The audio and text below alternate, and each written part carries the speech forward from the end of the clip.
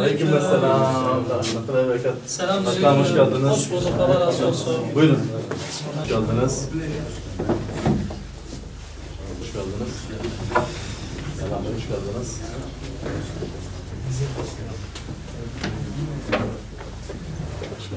Her sene olduğu gibi bu sene de dedik Peygamber sevdalılarını ziyaret edelim. Malum siyer yarışması sürecinde varız. Bu anlamda biz de gelelim, hem size bir selam verelim, siyer yarışması ile ilgili bilgileri alalım. Toplumun Peygamber Aleyhisselatü Vesselam'ın ahlakına ciddi anlamda ihtiyacı var. Son dönemlerde sorunlar ciddi anlamda artmıştır. Yani bu sorunların artmasının sebebi de biz şöyle düşünüyoruz. Toplumun peygamber ahlakından uzaklaşmasıdır. Ölçümüz İslam'dır diyoruz. Bu anlamda Peygamber Aleyhisselatü Vesselam'ın hayatının öğrenilmesini de çok önemsiyoruz. Sizlere tekrar hoş geldiniz. Yani Hüdapar'ın çalışmalarını biz de yakından takip ediyoruz. Yani yapmış olduğunuz çalışmalarda özellikle son zamanlarda dilimi ve dinimi öğreniyorum.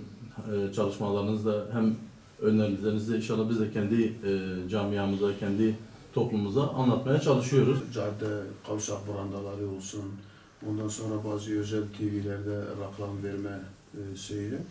Yani yarışmanın reklamı ve tanıtımı yapılmaktadır zaten.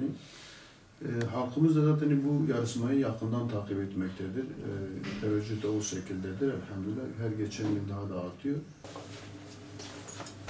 Sevdaları.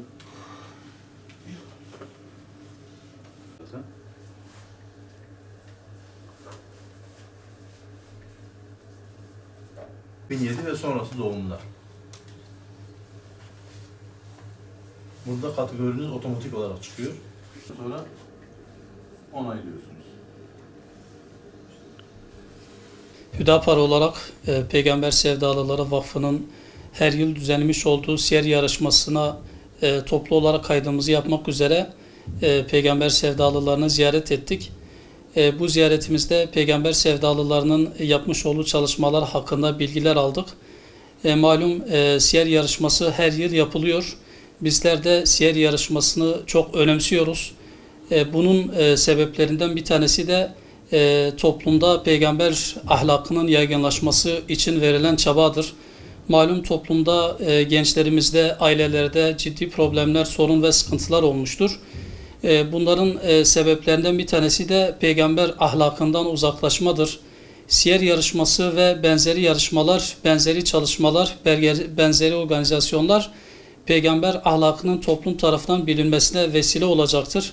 Bunun için peygamber sevdalılarının yapmış olduğu bu siyer yarışması çalışmasını önemseyerek bunun halkımız tarafından desteklenmesi gerektiğini de düşünüyoruz.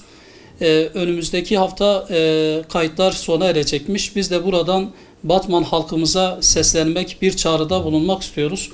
Peygamber sevdalılarının yapmış olduğu siyer yarışmasına sizler de hem kendiniz hem de yakınlarınızı kaydedin. Peygamber sevdalıları olarak Hüdapar Batman Merkez İlçe Başkanı Muhammed Şerif Durmaz kardeşimiz ve gençlik kollarına teşekkür ediyoruz. Bizi ziyarete bulundular, onurlandırdılar. Bu anlamda Batman Peygamber Sevdaları olarak biz genel olarak Batman'da şu anda yaklaşık olarak bir 15.000'e yakın bir kaydımız elhamdülillah oluştu. Çalışmalarımız devam ediyor.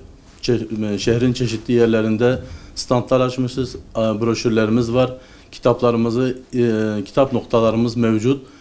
Batman halkına biz de çağrımızı yineliyoruz. Lütfen gecikmeyin. 22 Şubat son başvuru günüdür. Bununla ilgili Batman'a yakışan Peygamber sallallahu aleyhi ve sellem'in Efendimizin hayatını öğrenmek, halkımıza öğretmek ve buna öncü olmak. Elimizden geleni yapmaya muhakkak gayret gösterelim. Bu anlamda halkımıza da çağrımızı zaten yineledik. Çocuklarımızı bundan mahrum etmeyin ve kendimizi de.